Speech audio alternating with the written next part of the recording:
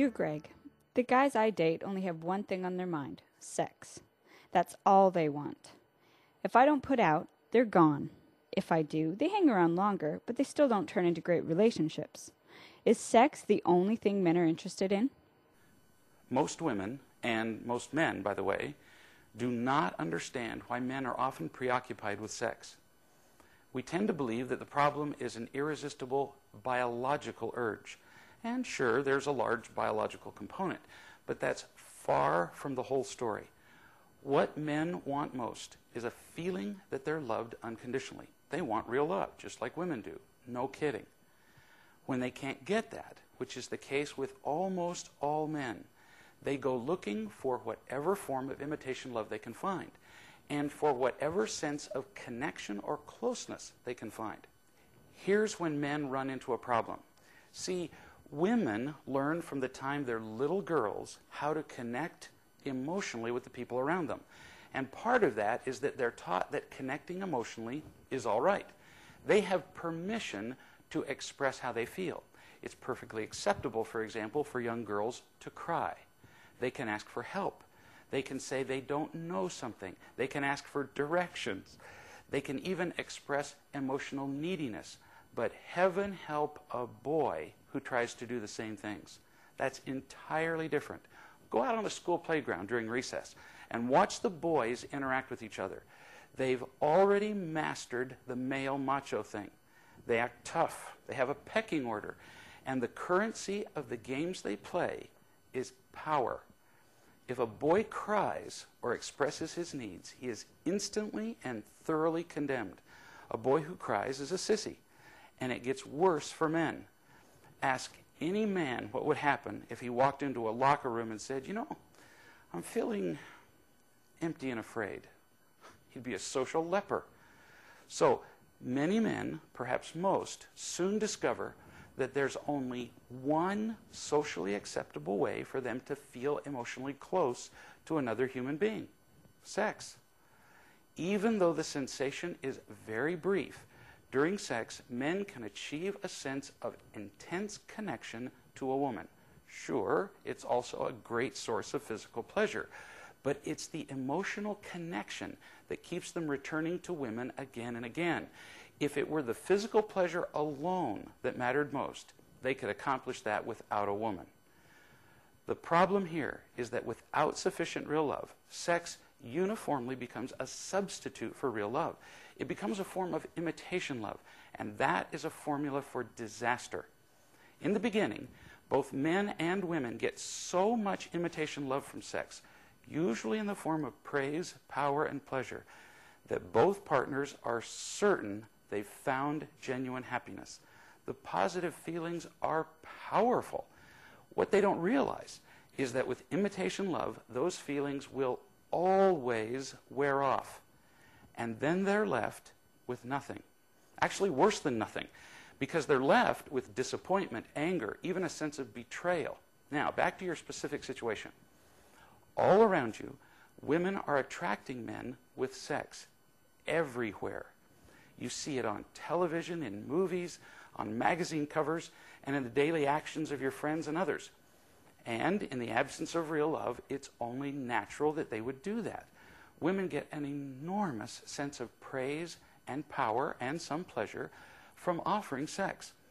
And men obviously get pleasure as well as some praise and power. The exchange is huge, almost irresistible.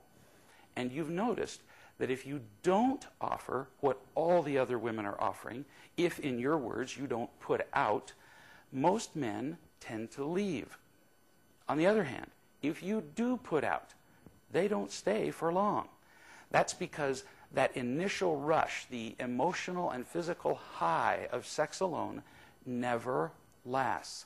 So what's the solution? Almost all dating advice is about how to play the game better. Wrong. It's not how you play the game that matters. It's a matter of not playing the game at all. The moment you choose to play the game of imitation love, you're doomed. Let's say you're the perfect sexual object. On a scale of 10, you're a 12. And you know exactly how much sex to offer and when. You're a master of the game.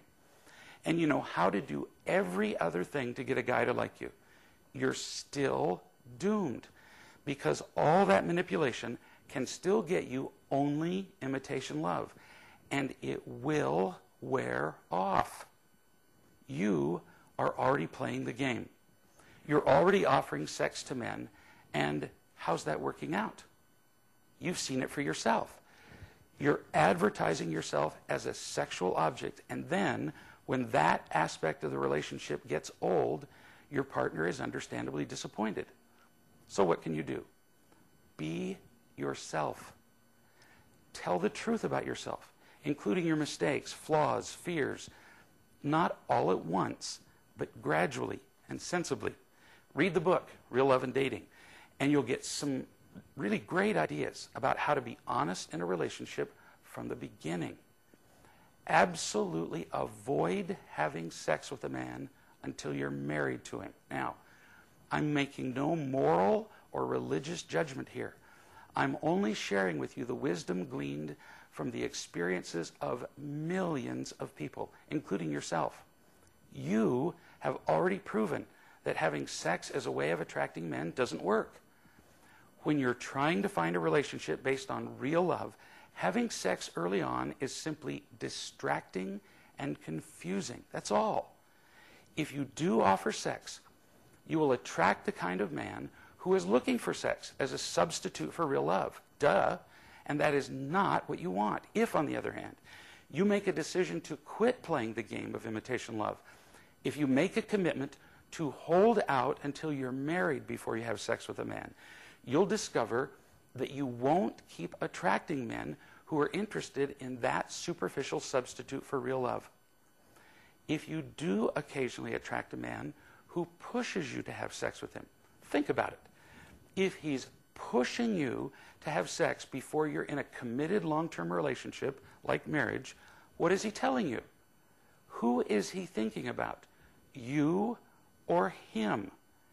Do you want a relationship with someone who is willing to shove your happiness aside for his own selfish interests? By choosing the path of real love, it might take a little longer to find a partner, maybe, but real love is always worth waiting for. And what if it does take longer? What prize do you get for being the first person on your block to attract one superficial man after another? There's no prize here for speed, only quality. Hang on, darling. Be calm. Be patient. And do whatever it takes to get what you really want. Don't sell out for the short-term satisfaction of just any old relationship. It ain't worth it. Never forget, it's always about real love.